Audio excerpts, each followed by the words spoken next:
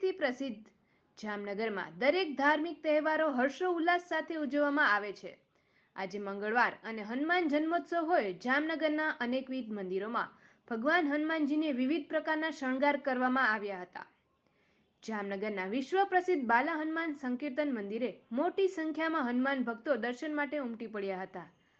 જામનગરમાં સતત 50 વર્ષથી પણ વધારે વર્ષોથી શ્રી રામ જય જય રામની અખંડ રામધૂન જે મંદિરમાં ચાલે છે તે બાલા હનુમાન સંકીર્તન મંદિરે આજે હનુમાન જન્મોત્સવ પ્રસંગે વહેલી સવારથી જ મોટી સંખ્યામાં ભક્તો હનુમાન દાદાના દર્શન કરવા માટે ઉમટી પડ્યા હતા।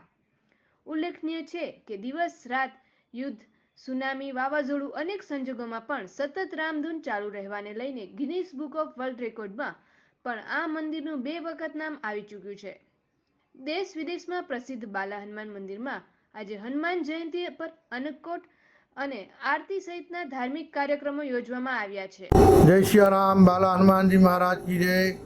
आज रोज श्री हनुमान जी महाराज के जे 11मा रुद्र છે ભગવાન સ્વયં શિવ ભગવાન રામની સેવા માટે અવતાર લીધેલો એમનું પ્રાગટ્ય જે થયેલું એ દિવસ એટલે હનુમાન જયંતિ અને મંગળવાર જે દિવસે હનુમાનજી પ્રગટ થયા હતા ચૈત્ર સુદ પૂનમના આજ પણ મંગળવાર ને પૂર્ણિમા છે અને ભગવાન હનુમાનજી મહારાજનું સવારે ષોડશોપચાર પૂજન વિધિ દ્વારા પૂજન કરવામાં આવ્યું મંત્રોચ્ચાર સાથે।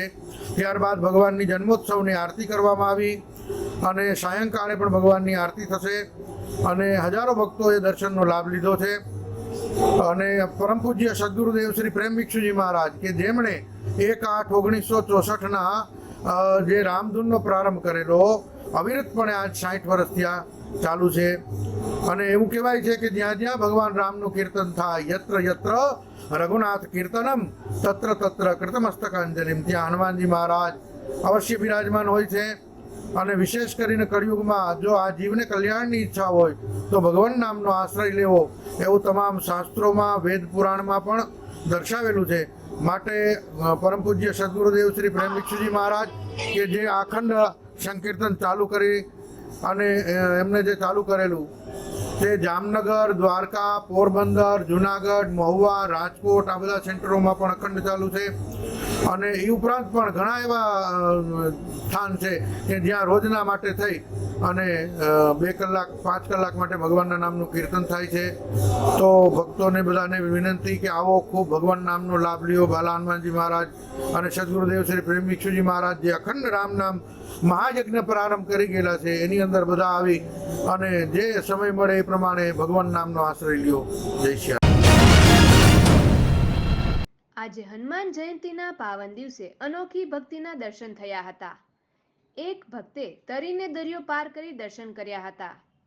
ઓખા જેટીથી હનુમાન ભક્ત રાજુભાઈ સુમનિયા અરબી સમુદ્રમાં તરી બેટ દ્વારકા હનુમાન દાંડી મંદિર જતાનો વિડીયો સોશિયલ મીડિયામાં વાયરલ થયો છે।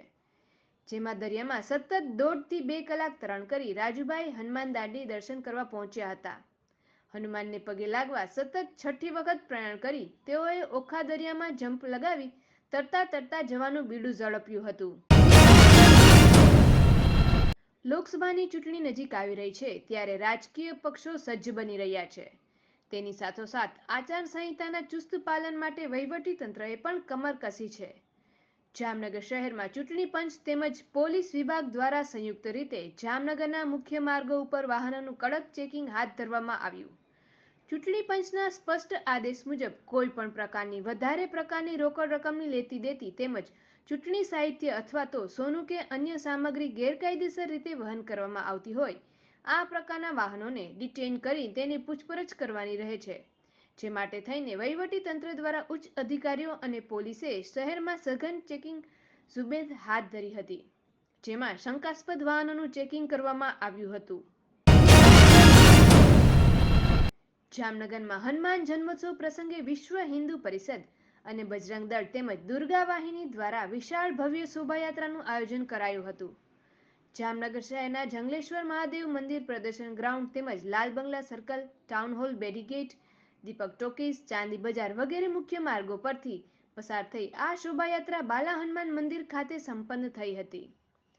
શોભાયાત્રામાં વિશ્વ હિન્દુ પરિષદના પ્રાંત અધ્યક્ષ ભરતભાઈ મોદી, જામનગર જિલ્લા ઉપાધ્યક્ષ સુબ્રમણ્યમ પીલે, વિજયભાઈ બાબરિયા, પ્રફુલ્લાબેન અગ્રાવત તેમજ જિલ્લા મંત્રી હેમંતસિંહ જાડેજા, બજરંગ દળ સંયોજક હિરેનભાઈ ગઢા, ત્રિશુલ દીક્ષા ગ્રહણ માટે હિમાંશુભાઈ ગોસાઈ, કૃપાબેન લાલ વગેરે જોડાયા હતા.